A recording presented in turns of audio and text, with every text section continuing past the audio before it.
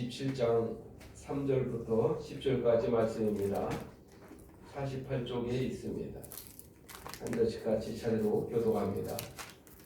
제가 먼저 마태복음 27장 3절을 그때 예수를 판 유다가 그의 정직임을 보고 스스로 뉘우쳐 그 은 30을 대제사장들과 장로들에게 도로 갖다 주며 이르되 내가 무죄한 피를 팔고 죄를 범하였도다 하니 그들이 이르되 그것이 우리에게 무슨 상관이냐 네가 당하라 하거늘 유다가 은을 성소에 던져놓고 물러가서 스스로 목매어 죽은지라.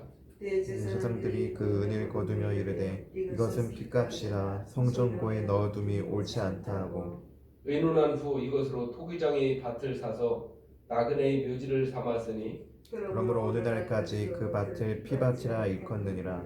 이에 선지자 예레미야를 통하여 하신 말씀이 이루어졌나니 일렀으되 그들이 그 가격 매겨진 자 곧 이스라엘 자손 중에서 가격 매긴 자의 가격 곧 은 30을 가지고 토기장의 밭값으로 주었으니 이는 주께서 내게 명하신 바와 같으니라 하였더라.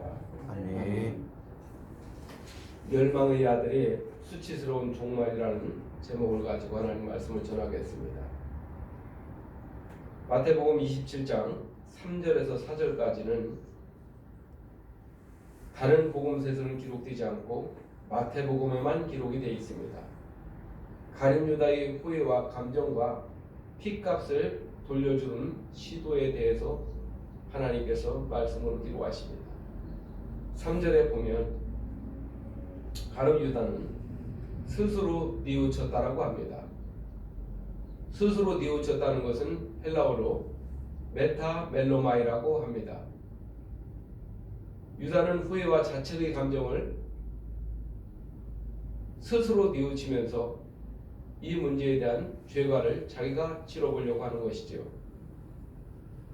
반면에 회개라는 말은 헬라어로 메타노이아라고 하는데 마음의 변화를 뜻하는 것을 말합니다. 이 메타멜로마이아와 메타노이아하고는 아주 큰 차이가 있어요.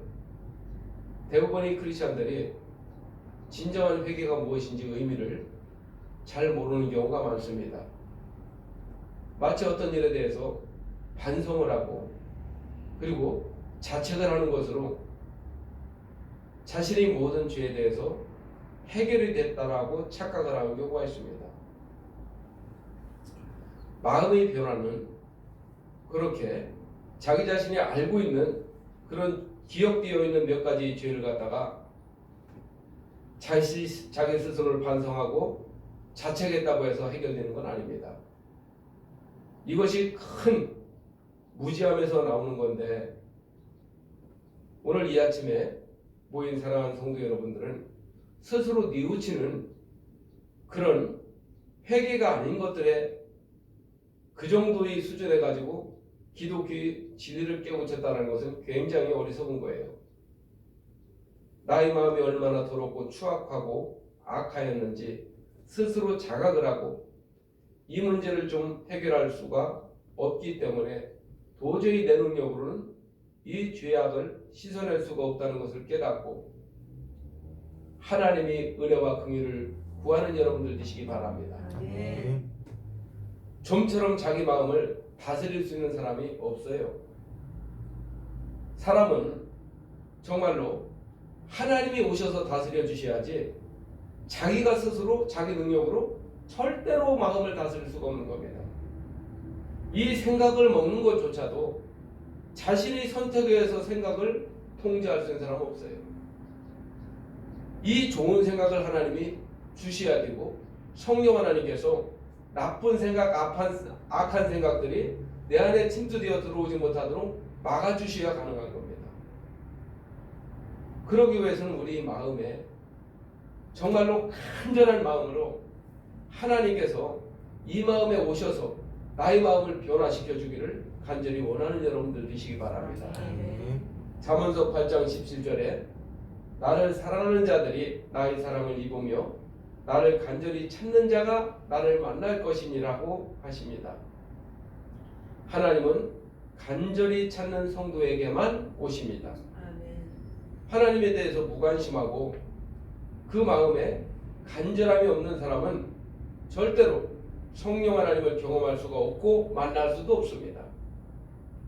성령의 기름 부음은 자기 마음을 비우고 간절히 사모하며 하나님 앞에 나의 마음속에 성령 하나님 오시기를 간절히 간구할 때에 그때 오실 수 있지, 거기에 대해서 무관심하고 무덤덤한 사람에게는 절대로 그렇지 않습니다. 마태복음 25장 1절에 그때 천국은 마치 등을 들고 신랑을 맞으러 나간 열처녀와 같다 하리니, 결혼식에서 신랑을 사모하는 이 신부의 마음은요, 다른 생각은 없어요. 오직 그 마음과 생각 속에서는요, 신랑을 사모함 밖에 없습니다. 이렇게 신부가 신랑이신 예수 그리스도를 간절히 사모하면서 만나기를 소망하고 기대하고 모든 생각이 신랑 예수 그리스도에게 집중이 되고 간절히 찾을 때 우리가 성령의 은총을 받습니다. 열처녀의 비유에서도 보면 알 수 있듯이 새벽에 오십니다. 온 밤을 새우며 등불을 밝히고 기다리던 기름 등불 가득 채워 있는 5 신부들이 신랑 예수님을 만납니다. 반면에 기름이 떨어져 가지고 새벽까지 못 가고 등불이 꺼져 가지고 흑암 속에 살아가는 사람들이 옆 사람한테 나한테 좀 기름을 좀 빌려달라고, 내 잔이 지금 다 이게 기름이 떨어져서 불이 꺼졌다고, 너한테 줄 게 없으니까 네가 시장에 가서 사든지 해라. 그 어두운 밤에 기름을 사러 가서 이 사람들은 신랑 예수님을 만나지 못했습니다. 신앙생활은 학원 공부처럼 몇 년 정해놓고 바짝해서 되는 게 아니에요. 하나님께서는 모든 성도들을 불러놓으시고 2가지로 훈련을 시킵니다. 오래 참음과 인내, 그리고 절제. 이것을 통해서 성도를 훈련을 시키는데 이게 시간이 많이 걸린다는 거예요. 그리고 하나님이 부르신 성도에게는 쉽게 문제가 기도 몇 번 했다고 해서 해결되게 하지 않습니다. 그 기도줄을 붙잡고 평생도록 매달리게 하십니다. 끊임없이 매달리게 하세요. 그래서 우리의 능력에 맞는 오래 참음이 아니라 하나님이 임재 가운데 하나님이 원하시는 분량의 오래 참음까지 키워가시고, 우리의 인내 절제 수준이 아니라 하나님이 원하시는 인내 절제 수준, 그 십자가의 고난의 수준까지 우리를 만들어 가시더라고요. 그렇기 때문에 우리에게는 그런 영성과 훈련이 되어지지 못하고서는 일평생 주님을 따를 수가 없는 것입니다. 우리 교회에서 금요철야 기도가 뜨겁습니다. 왜 금요철야가 이렇게 3시간씩 기도를 해도 금방 시간이 지나갔다고 하고 어떻게 이렇게 불같이 뜨거울까? 그것은 우리 모든 교인들이 한마음 한뜻으로 성령 하나님을 사모하면서 하나님이 원하는 수준에 가기를 원하는 소망이 있기 때문에 그런 거예요. 가룟 유다는 회개를 하지 못하고 스스로 자신을 책망을 한 사람입니다. 그리고 도저히 자신을 책망을 해도 그 문제가 스스로에게 해결이 안 되기 때문에 극단적인 자살을 선택하고 마는 것입니다.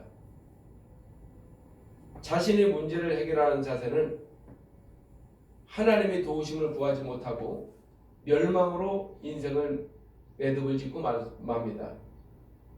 27장 5절에 보면 유다가 은을 성소에 던져놓고 물러가서 스스로 목매어 죽은지라.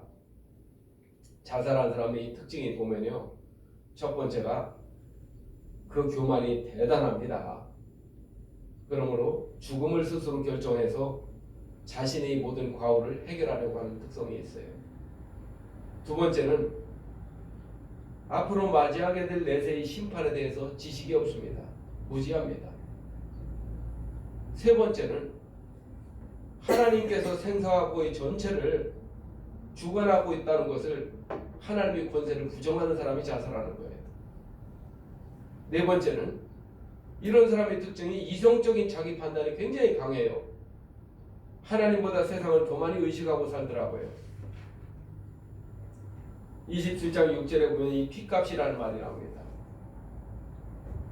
이 피의 값을 성전구에 넣어둔 것은 옳지 않다라고 합니다. 신명기 23장 18절에 창기가 번 돈과 개 같은 자의 소득은 어떤 서원하는 일로든지 네 하나님 여호와의 전에 가져오지 말라.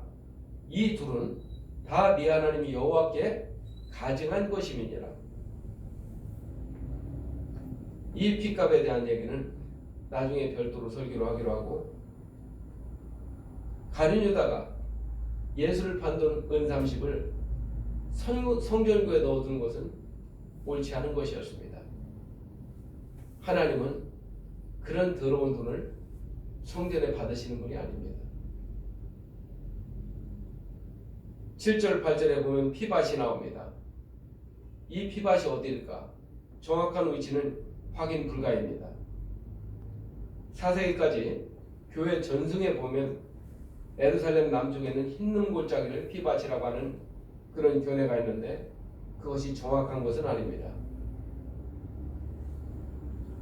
9절 10절에 선지자 에레미야의 이름이 나옵니다. 에레미야서 19장 1절로 13절, 스가랴 11장 11절 13절에 이 두 구약 성경을 합쳐가지고 지금 마태는 기록하고 있는 것입니다. 모든 선지자의 말을 이루시는 하나님이신데요, 우리 예수님께서는